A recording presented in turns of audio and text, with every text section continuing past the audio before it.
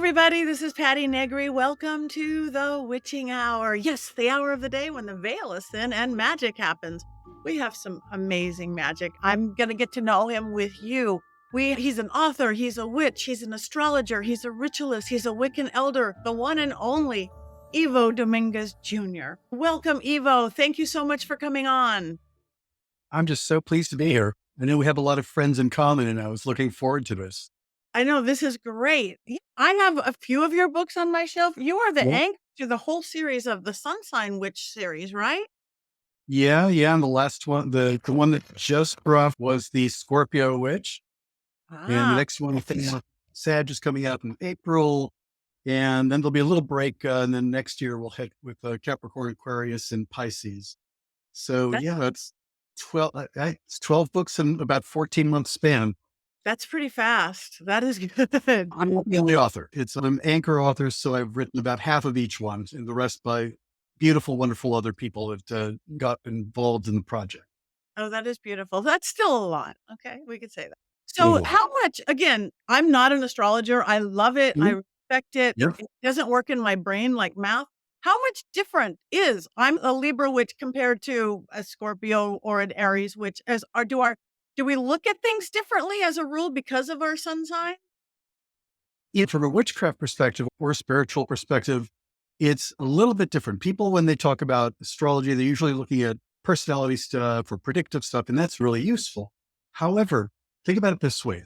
Each of us has a divine spark, a sun within ourselves, which is the core of our energy and where we began when we incarnated and where our power derives from. And it's just like the sun in the sky that warms the earth and makes plants grow, provides all the energy for life on the planet. The sun sign that you have tells you what kind of flavor, what kind of predispositions your energy has.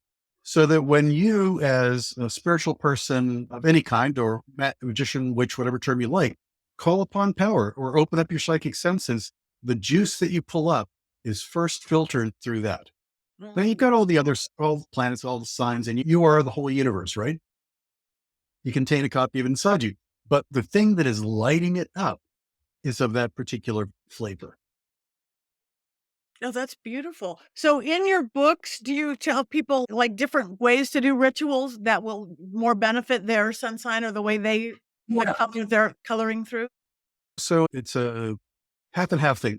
In each of the books, I provide the information about things like which particular patterns of personality you have, which ways that you might be able to draw upon energy. There's a ritual for how to connect with the guiding spirit of that sign.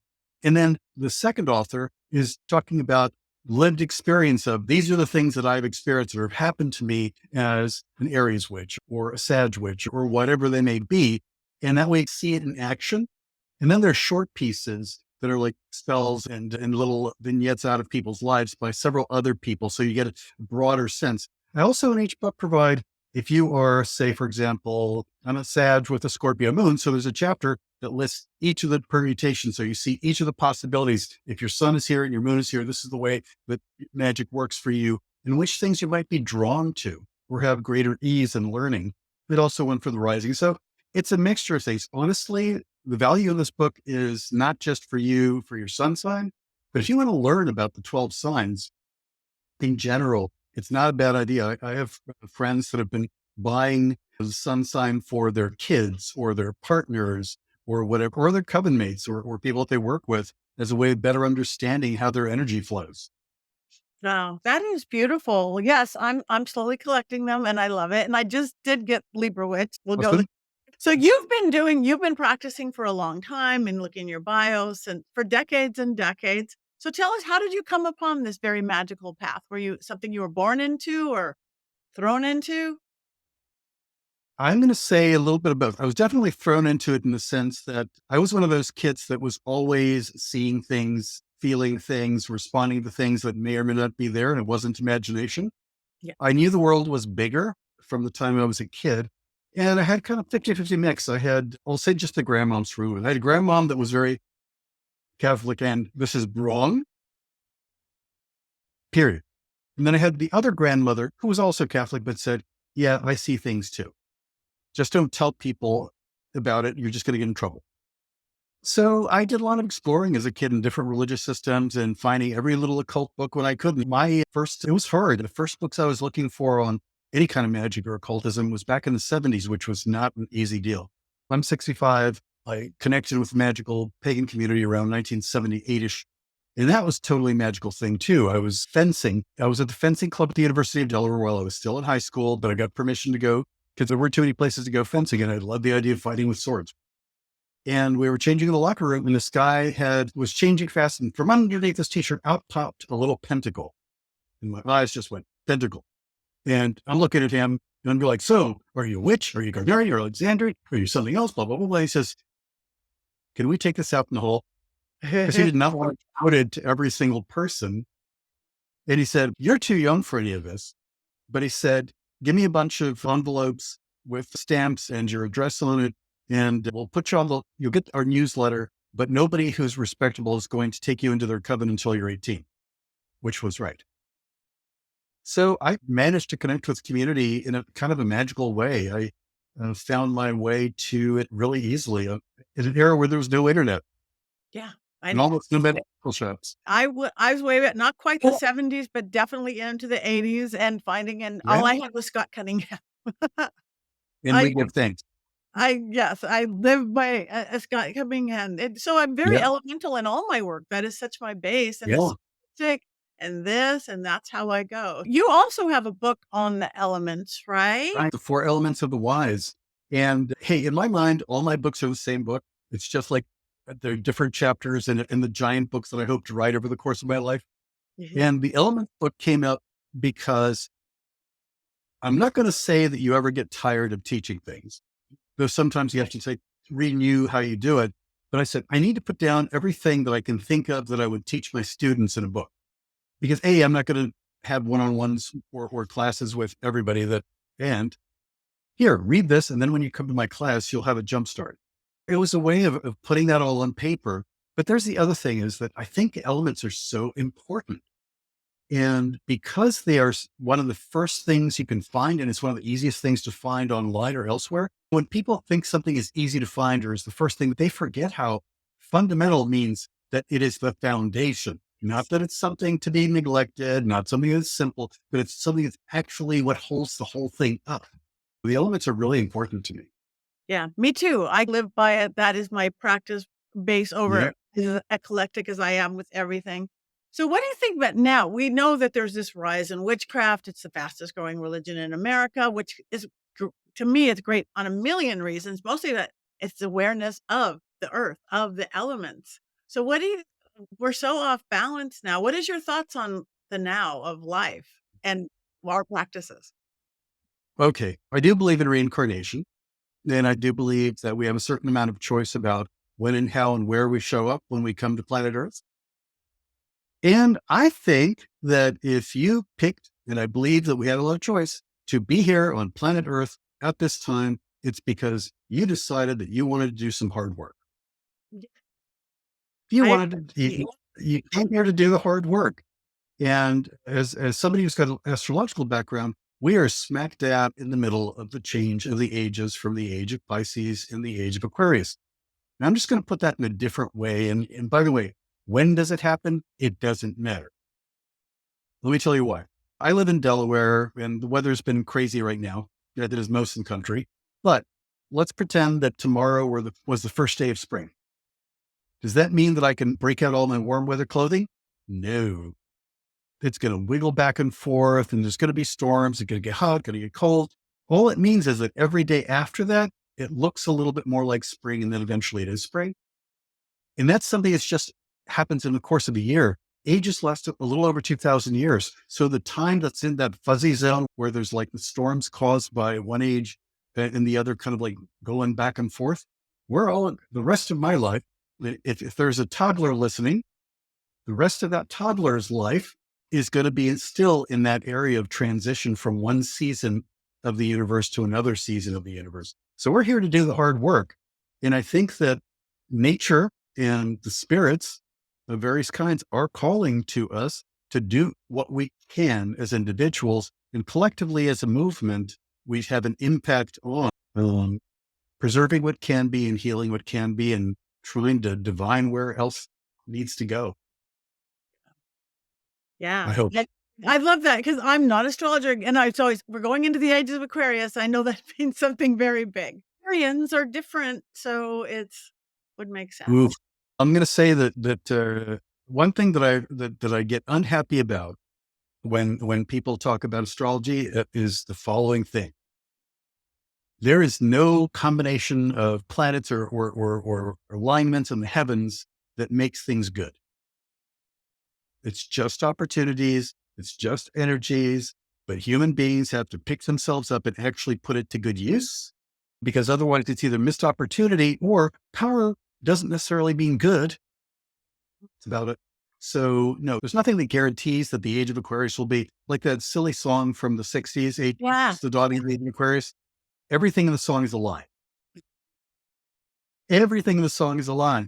It is Pisces wants the world to be unified and together and beautiful and harmonious. So it is looking, so at the end of the age of Pisces, the collective consciousness is looking forward and saying, I want the next age to be that. It's just another season. And if you know your Aquarians, I'm going to say Ronald Reagan was an Aquarius and he was not progressive. Right. Aquarians want to make the world better, but everybody's got a really different idea of what better looks like. Okay. So us knowing Yeah. that, again, Yeah. I love that. So like us, like you have your books on Scorpio, that all the different things.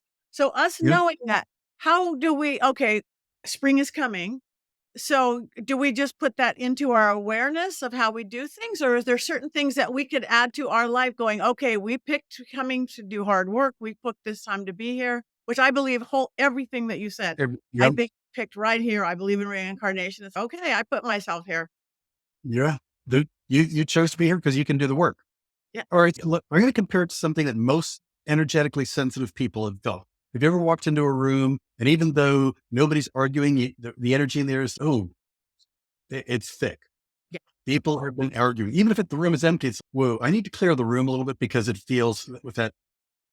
How come? Because every time that we put out energy and emotion, it produces patterns that stick around for a while and eventually they dissipate just like smells do, but not overnight.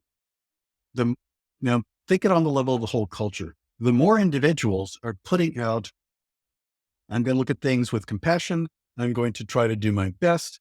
I'm going to stand up for what needs to be done when there's conflict and the right thing is a hard line for me. The more we create an atmosphere of compassion and justice, the more likely the rest of humanity will feel that energy in the air. So instead of walking into an angry room, we're walking into a room where people are focused and trying to problem solve. So I think that even just holding your consciousness in a clearer, more focused state helps all of humanity.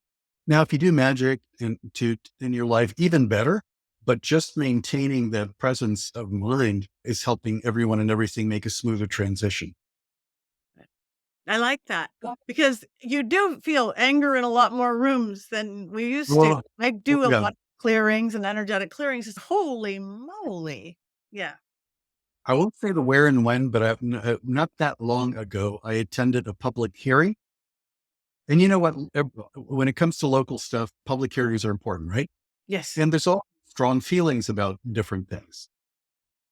And the room was getting really bad.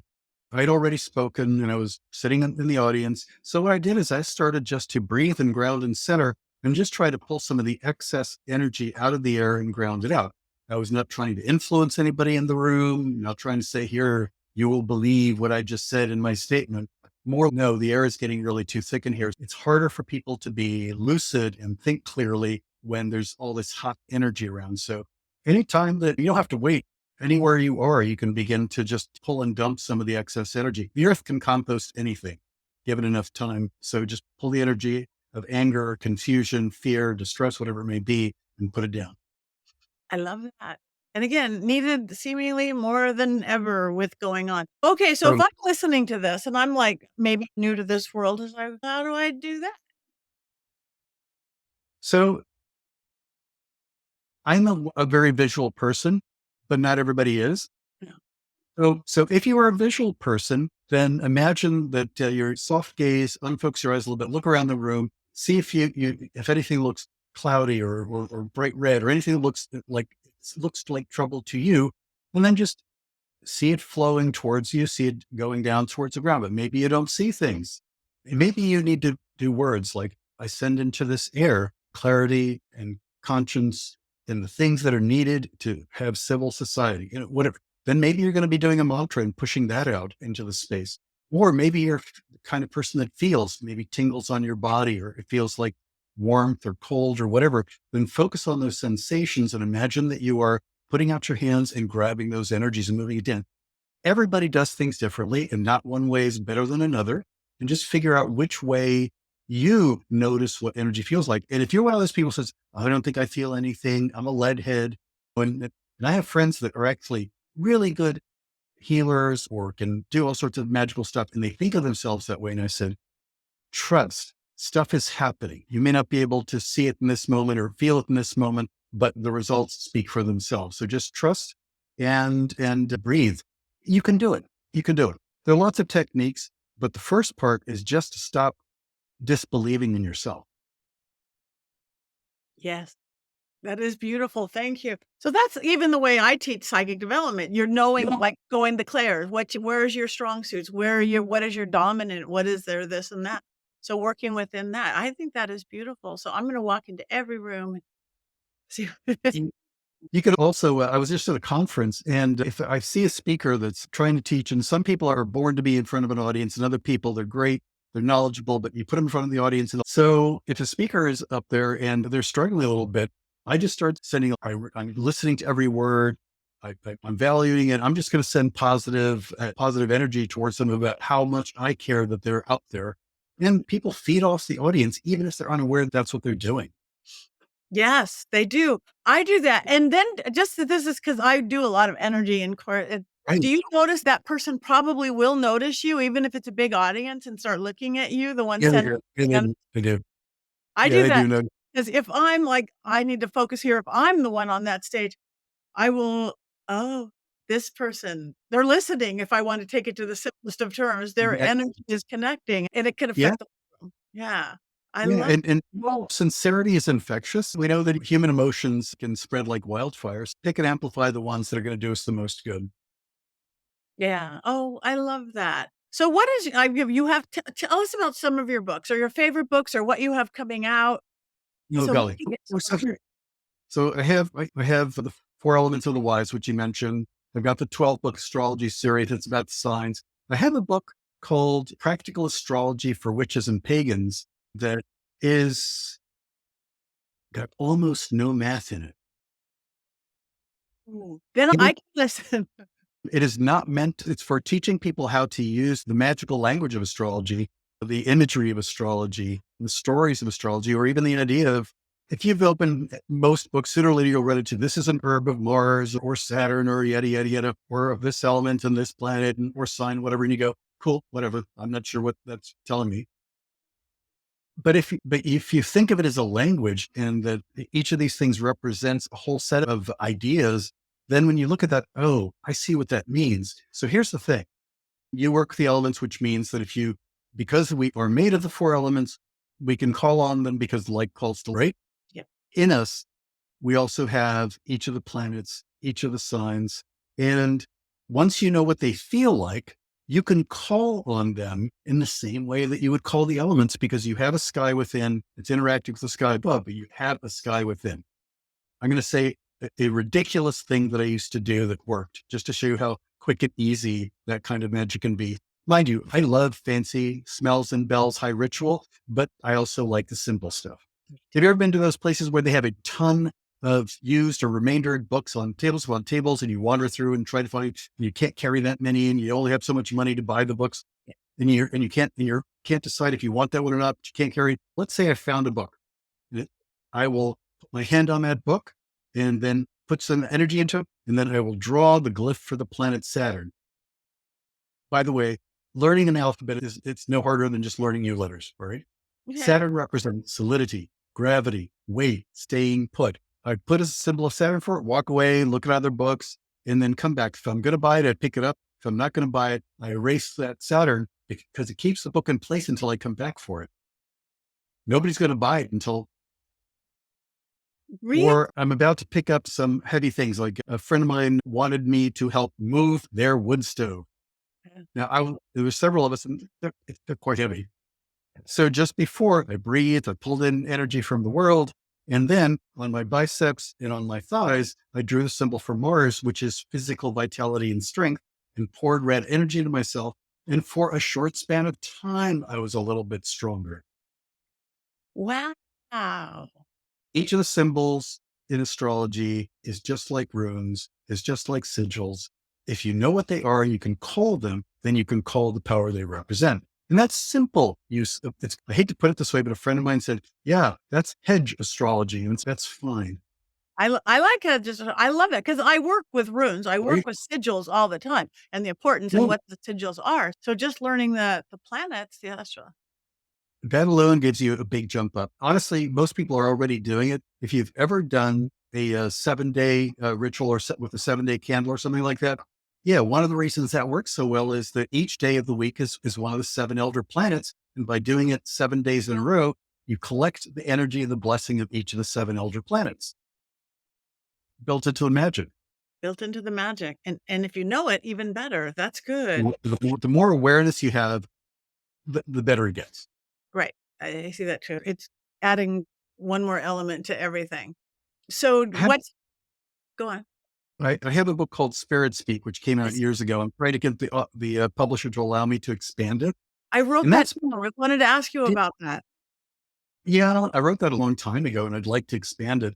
But that book covers a little bit about everything. It talks about the dead. It talks about gods and goddesses. It talks about channeling and mediumship and divine possessory work, and actually provides some instruction on how to do divine possession the way that my tradition does it. But it's not specific to a specific tradition. I try to write in a way that, even though I'm a witch, I try to write in a way that whatever you are, it will be applicable. But Spirit Speak is like my introduction to contact and awareness with other beings. I've got my Keys to Perception book, which is basically my psychic development book. Wow. Another book I'm working on right now is like the reverse, a book on raising, shaping, managing energy, all the active talents rather than the receptive ones. I don't know. Everybody says you're too busy. I get that too. I'm not writing as many One, books as you are. I write, but I like being too busy. So you, as both as a witch, pagan, and an yep, astrologer, and we're stepping yep. into 2024, almost Age of Aquarius. What are You- your best tips for whatever sun sign that we are for how to us to navigate what again is not the easiest of times? We are truly in probably the most transformative times. Good work. Because could be either good or bad, depending upon or neither, depending upon your perspective. So part of it is this, that I live near about 40 minutes from the ocean. If there is a big wave, you swim with it. You can't fight the big wave. You've got to body surf it or go with it. If you try to go against it, you're just going to be tangled up and dragged under, right? If there is an undertow, and I had a cousin that almost drowned once. I pulled her out of the water. There, you swim parallel to the ocean, to the current until it weakens and you can come back to shore. As big, momentous moments in your personal life or on the stage of history, because we live in a time when historical events are happening fast and furious, body surf it. Swim parallel to it until you can make it back to shore. It's like the other thing I was talking about with a friend of mine recently. These times are a lot like getting born or a lot like dying. The more you fight it, the harder it is. If a baby is trying to get born, the last thing it should be doing is trying to crawl up back into the womb. If a person is going through the same tunnel, it looks different in each direction. But if you're going on that tunnel, returning back to brilliance and returning to the other side, then it's best to release and allow the process to engage. And since we're all going to go through a lot of change, think of it as birth and death. And the biggest thing is breathe, let it happen, and process it as you go. I don't think that there's any such thing as inherently bad or good, but I will say that this coming April is going to be probably the most intense month in many years of anybody's life. Uh-huh. Just so you know, Hey, it's coming goosebumps. April and some things will be evident immediately, and some things will be the seed is planted and it will take years to see what happens. But it doesn't have to be all bad, which is easy. It's too easy to focus on the bad. My friend Gwendolyn Reese, who's brilliant and a professor and very much in love with Greek mythology and Greek ways in all their forms, says that what she's trying to do and she encourages other people to do, live your life heroically. Mhm. Now, that does not mean superhero level heroism, but what she does with students at the college she works at is heroic from my perspective. There's 1,001 ways to be heroic. It centers the story on you doing your absolute best. Oh, I love that. Thank you. I love that. And I'm still stuck on the body surf. I'm an LA girl. I grew up going to the beach and body surfing every day. Yeah. And I know how to Yeah. go wave and when you have to, riptides and everything else. You cannot fight the ocean. You have to figure out ways to work with or let it do its thing so that you can end up on the other side. Right. Oh, thank you for that. Thank you. All right, you guys, surf and live heroic.